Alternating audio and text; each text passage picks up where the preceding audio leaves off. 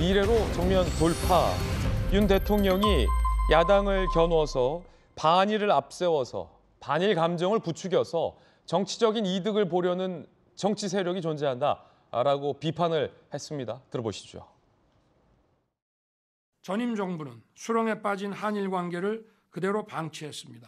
적대적 민족주의와 반일 감정을 자극해 국내 정치에 활용하려 한다면 대통령으로서의 책무를 저버리는 것이라고 생각했습니다. 배타적 민족주의와 반일을 외치면서 정치적 이득을 취하려는 세력이 엄연히 존재합니다.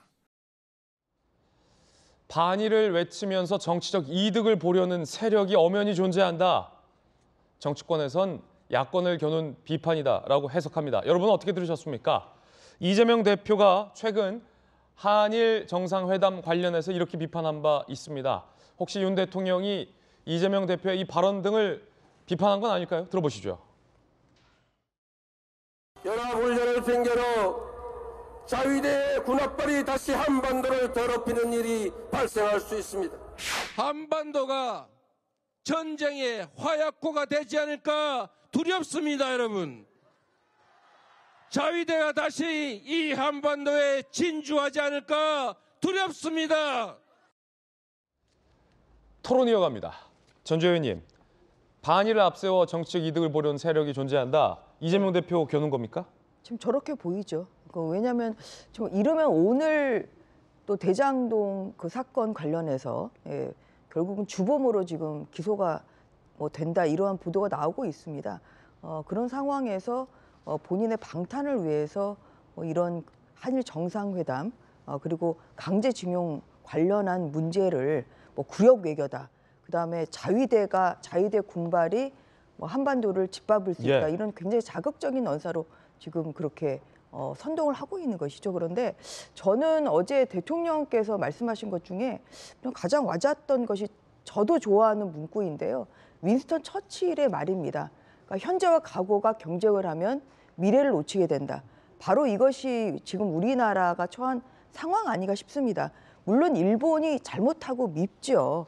그렇지만 계속 미워한다고 해서 우리가 한일 관계가 지금 우리나라와 일본과의 관계뿐만 아니라 사실 북한의 핵실험이 연일 지금 핵실험을 하고 있는 이런 상황에서는 사실 이게 우리나라의 안전을 위해서 국방을 위해서 또한 일본과의 어떤 경제적인 파트너십 이런 것을 생각을 안 할 수가 없거든요. 그런 것 때문에 결국은 과거는 과거대로 과거에 얽매이지 말고 결국은 좀 미래지향적인 한일 관계를 만들어가자.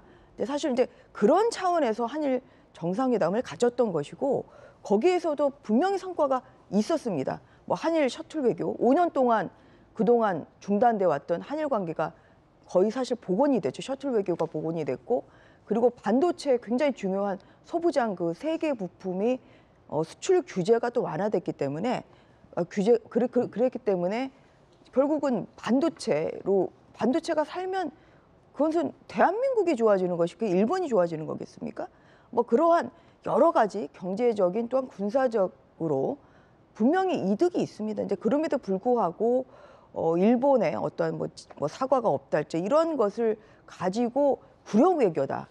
또한 자위대를 운운한다는 것은 정말 그것은 본인의 방탄을 위한 것 아닌가.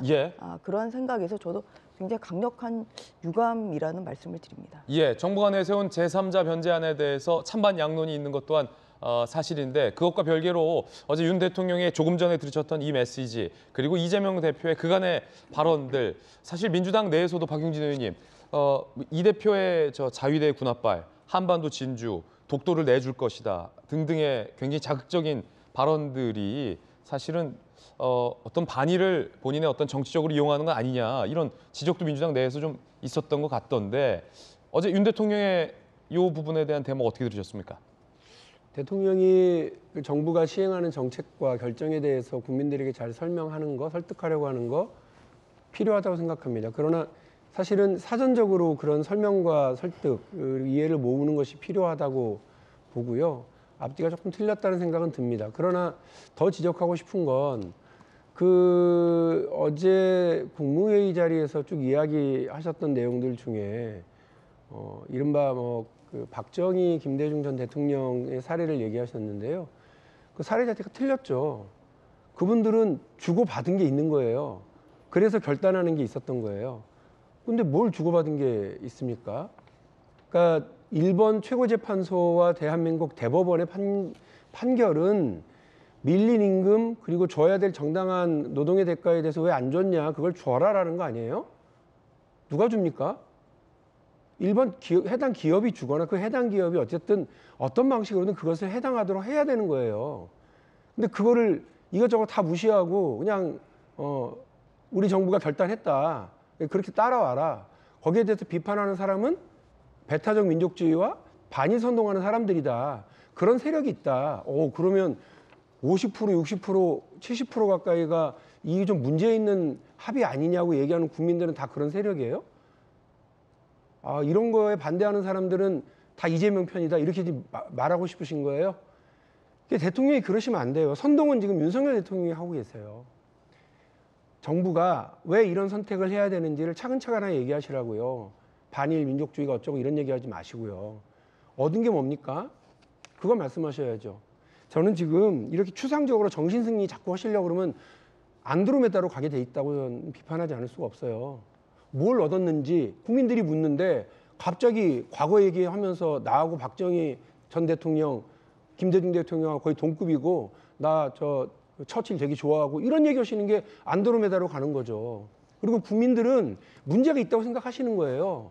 근데 그거를 다 뒤집어서 야당이 선동하기 때문에 그렇게 되는 거라고 생각하시면 국민을 바보로 여기는 거죠. 과한 비판, 수사적으로만 자꾸 이렇게 이야기하는 것도 저는 동의할 수가 없습니다. 왜냐하면 그렇게 되다가 나중에 되치게 당해요. 일부에서 과하게 비판하고 내용에 대해서 비판하는 것이 아니라 수사적으로 표현적으로만 이렇게 비판하려다 보면 기시다 총리가 다시 방한해서 조금만 양보하면 그 양보가 어마어마하게 큰 것처럼 보인다니까요. 그러면 정작 우리한테 도움되는 게 뭐가 있겠습니까? 정부도 야당의 반대, 언론의 반대, 국민의 반대가 대일 협상의 지렛대가 될 수 있도록 슬기롭게 이걸 관리를 해야 되지. 우리 국민들이 반대하시니까 조금만 더 니네가 양보해라, 이렇게 얘기를 해야지. 이쪽은 배타적 민족주의자들이야, 거기에 감염된 사람들이야, 이렇게 이야기하실 거예요. 그래서 제가 비판하는 겁니다. 예, 여야의 토론이 초장부터 뜨겁습니다. 여러분들은 어떻게 생각하십니까?